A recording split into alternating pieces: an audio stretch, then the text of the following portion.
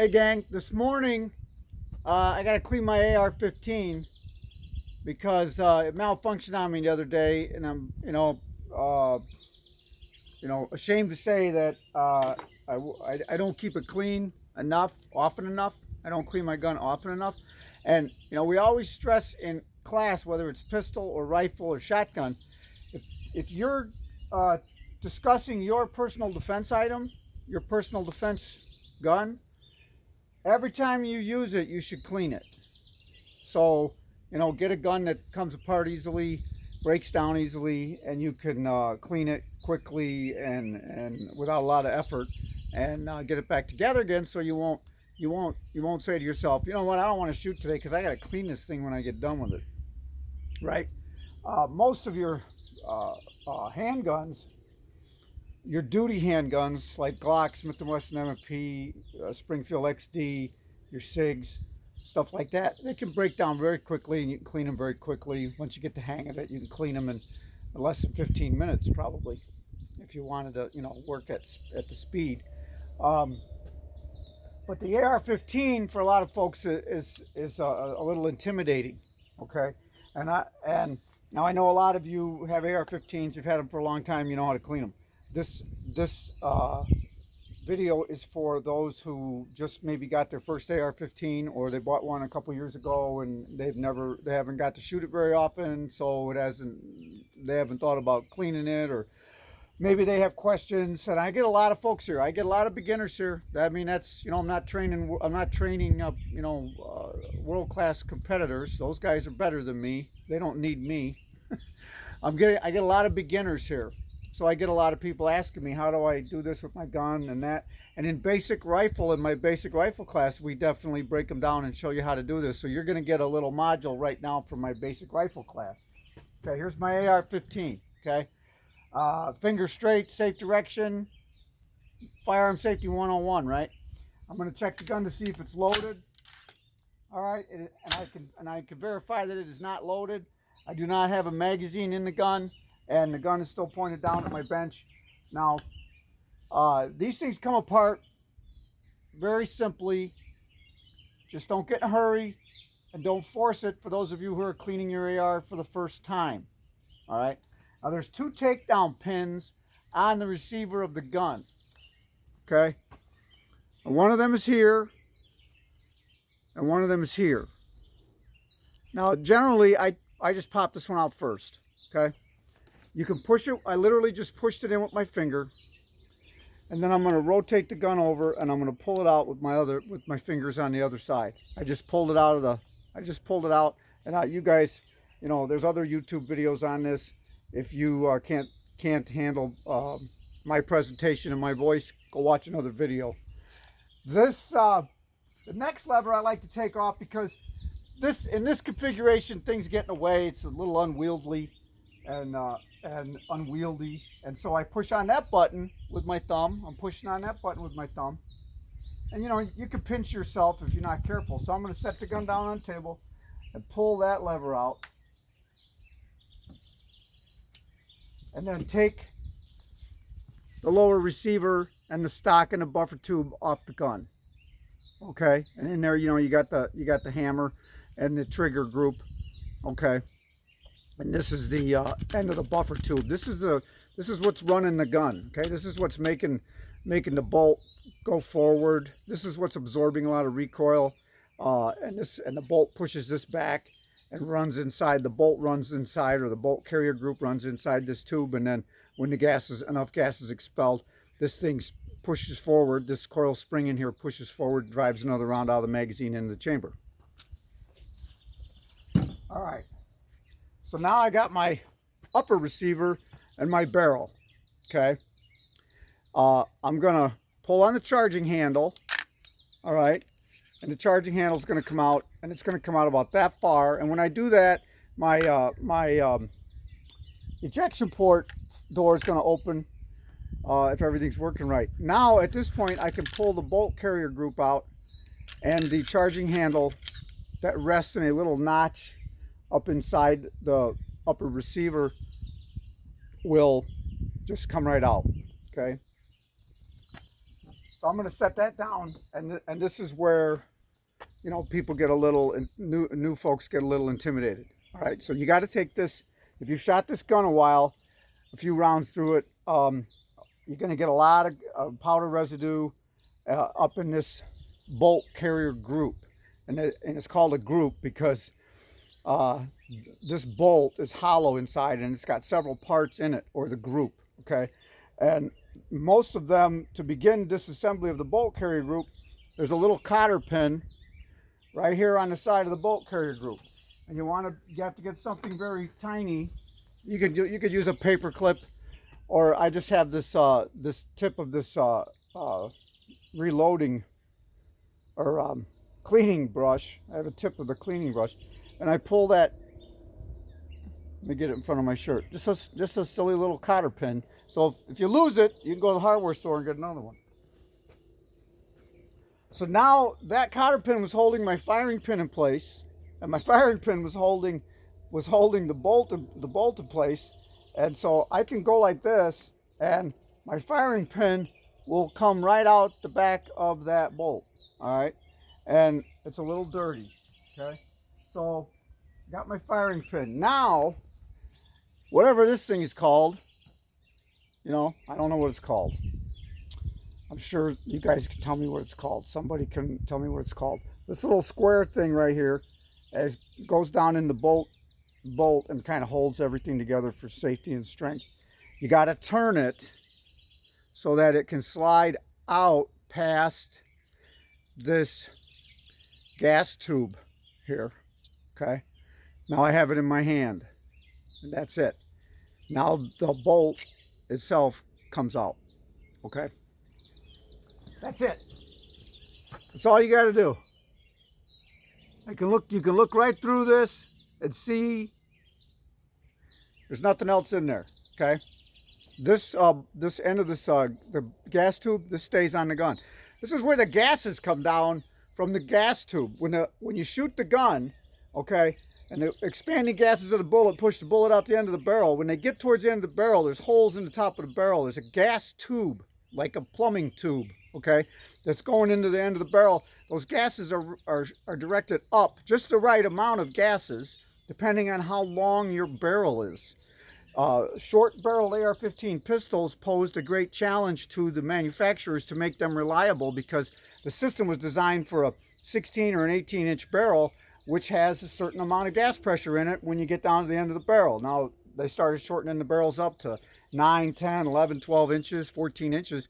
They had problems, you know, regulating that gas to get the guns to run right, but they worked it out, and my gun runs great. My gun's got like a 10-inch barrel on it.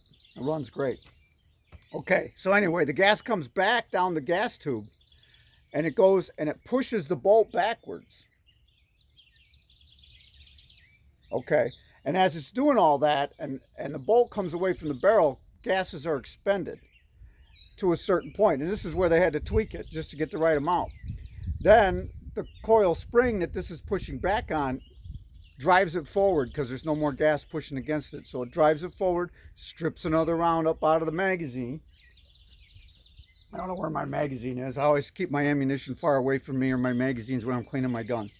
But it strips another round out of the magazine, just like your semi-automatic pistol does, and puts it back in the chamber and makes the gun ready to fire again. Okay? It cocks the gun when it comes backwards as well.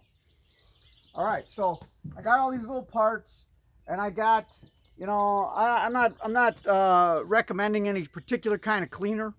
You know, I got something here that says gun bore cleaner. So I'm thinking I can probably clean my bore with this. I'm gonna take them at their word, right?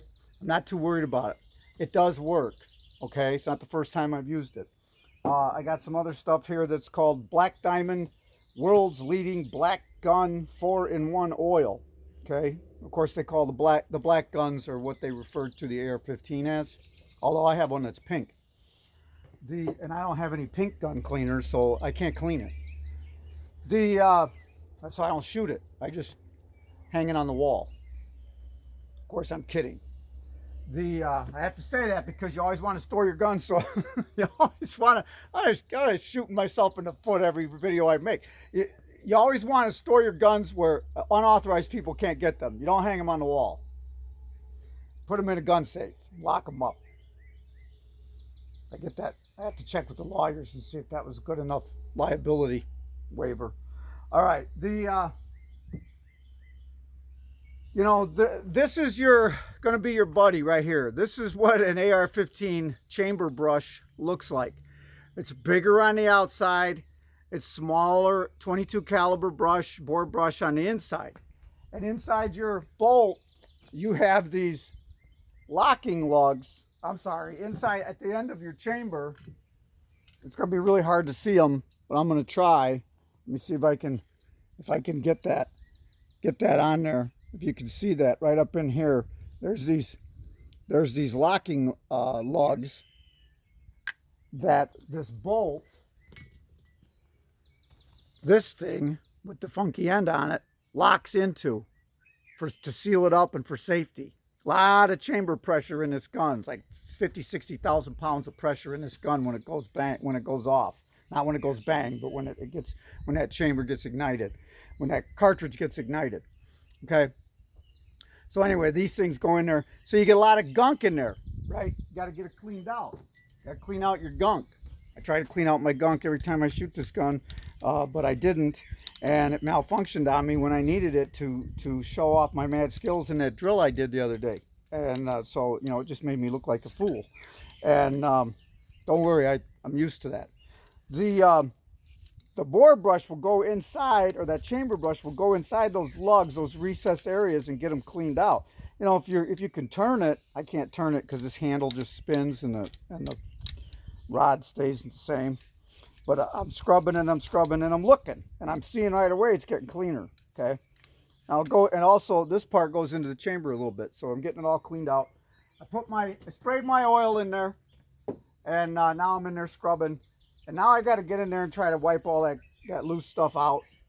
It's not fun. You should probably wear nitrile or rubber gloves when you're doing this, because these solvents are probably hazardous to you. I've been putting my skin on gun cleaning solvents since I was 10 years old, and it's too late for me. Save yourself though. Wear gloves, please. Always wear gloves when you're doing this so you don't get this stuff on you. I'm gonna ride it out without gloves. Hopefully I'll make it. I don't know. We'll see what happens. It's not a good idea. I can't tell you that you shouldn't wear gloves. You should. Definitely should. And a lot of you guys, this video is for first timers, so a lot of you guys, you might not have the calluses built up on your hands that you get from loading magazines and running your guns a certain way.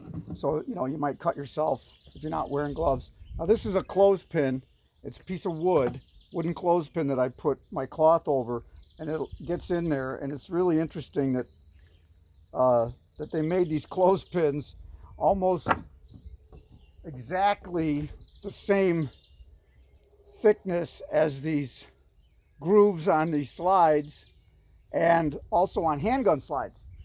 And handgun slides, it slides right in there. Now look at what I'm getting off of there. Okay, right on the tip of the clothespin. Now, I'm not going to keep scrubbing on this thing like I should, but you keep scrubbing on it until you don't have any more black on your towels.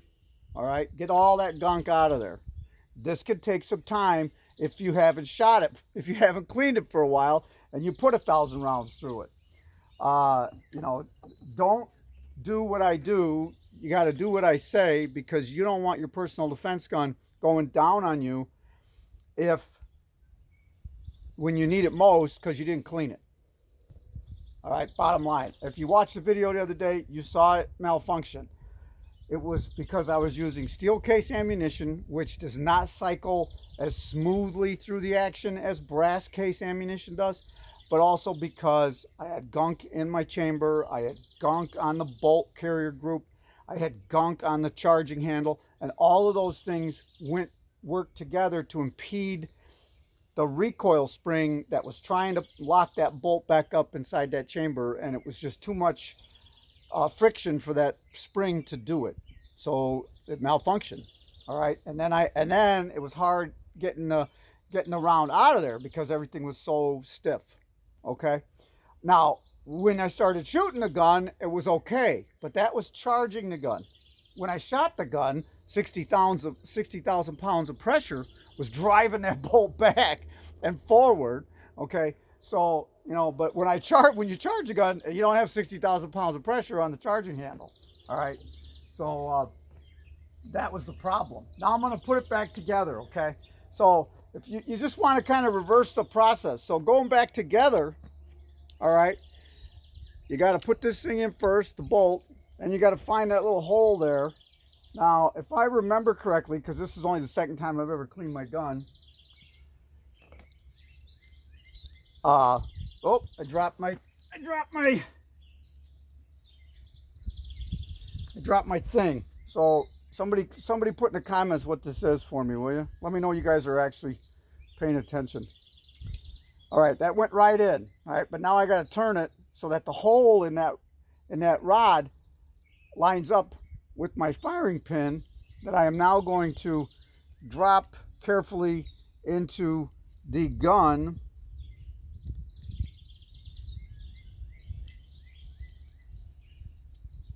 I'm sure there's a better way to do this too, but like I said, this is only the second time I've cleaned my gun, so I'm still working out the kinks.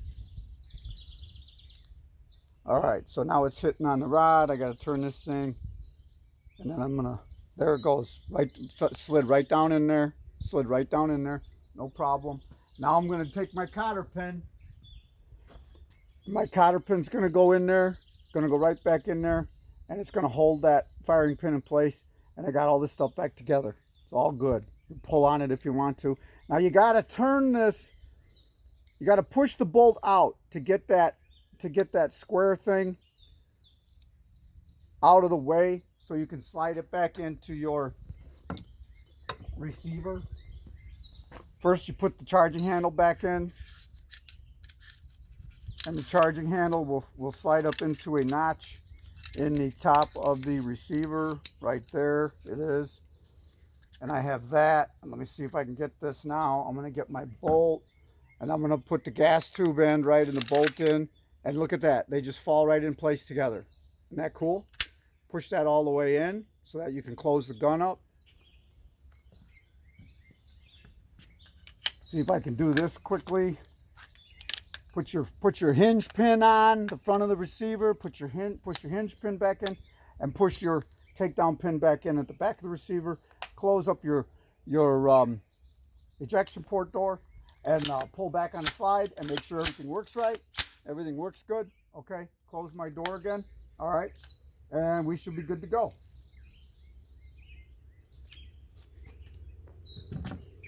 So not too bad. Of course, I neglected to tell you that you should put oil on all those parts before you reassemble them. Put some oil on them. That gun can have oil on it, okay? Some guns don't like a lot of oil, some guns do. AR-15, you can have a considerable amount of oil on it. You're gonna get some of the excess oil blow out of it when you shoot it, but it's not a big deal. If you got too much oil on it, it'll go away the first few times you shoot it. You always want to lubricate all these parts because they're pieces of metal and they're rubbing against each other. They need to be lubricated. Now, there's a myth that the gas tube I talked about, that plumbing pipe that runs the gases back, that has to be cleaned. It does not have to be cleaned. Every time you shoot the gun, you clean it. There's a lot of hot gas with a lot of high pressure running through that gas tube to push that bolt backwards, and that cleans it. It's clean. There's nothing in there. All right, only under extreme conditions, if you're shooting a lot of blank ammunition, which is very dirty and fouls and leaves fouling around and does not have the same pressure as a live cartridge, okay, with a bullet in it. Doesn't have the same pressure. In fact, when you shoot blanks, you have to put a baffle over the end of the barrel just so you don't lose any extra pressure from the blank cartridge, so you can run the gun back, run the bolt. So blanks don't have that much pressure. So you could leave a lot of stuff in there over time. I've seen blanks for the M16 and the AR-15, but I've never shot one personally myself. think that's about it. You don't need a lot of tools to clean it. You definitely need your chamber brush. I use a toothbrush. I use a clothespin. You know, you can use a pistol brush to get into some of the circular areas that your finger won't fit in. You know, you don't have to get crazy with this stuff. And then I use a bore snake. I use a bore snake to clean out the barrel. All right. You simply spray or dip this in some gun cleaning solvent or oil. You spray a little bit at the end of the barrel, and you drop this weight down the barrel until it comes out the other end, and you grab the rope and you pull this thing through the barrel. I did it 2 times on this gun earlier today, and I looked through the bore, and it was really clean. It's got some brass or copper wire on it right here that kind of scrubs the barrel, and then you got all this other towel, if you will, that kind of cleans out the barrel. So running this long thing through the barrel 2 or 3 times does as much work on that barrel as if you were taking a cleaning rod and running it back and forth 50 times. Okay. So just, you know, think about that. Always check the bore. You can look right down the barrel, hold it up towards the sun or hold it up towards the light. You know, once again, before you start cleaning your gun, always check the gun to make sure it's not loaded. Remove the magazine if there is one. Pull back on the charging handle. Visibly observe that there's nothing in the chamber. And, you know, and then always strive to keep it pointed in a safe direction, like I'm doing right here. I'm on my range. I've got a mile of hardwoods between me and my neighbor. I've got dirt berms. I've got my classroom next to me. No one's in it, so I got a lot of safe directions here. Remember, this bullet out of this gun with a 16 or 18-inch barrel could travel about 3.5 miles. Okay, so we don't walk around with our rifles pointed up in the air. All right, so if do what I say, not what I'm doing right now. This is not a good idea. Anytime you're charging this gun, the barrel should be pointed in a downward angle. Okay, anytime you're putting a cartridge into the barrel, you should have the barrel pointed down, because there's a possibility for a slam fire or a discharge when you're charging the gun. When I say charging the gun, I mean putting a cartridge in the chamber. Okay, so another safety tip.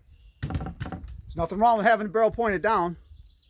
We run all our guns from a low ready position here in our classes, because we teach civilians, if you're doing anything around the house, or if you're in low light and you can't see what's going on, it's hard for an attacker to get underneath your barrel if your barrel's pointed down, and guns can come up just as quickly as they can come down. All right, but if you're walking around like this, it's really easy for someone to come at you and get underneath the gun before you can lower it. And now you've got this going on with somebody trying to choke you out with your own sling, okay? Which I don't have to worry about, because I shot mine in half the other day. All right, long video. Hope you stayed tuned. Stay safe out there, guys. Call me. Running classes daily here. Adios.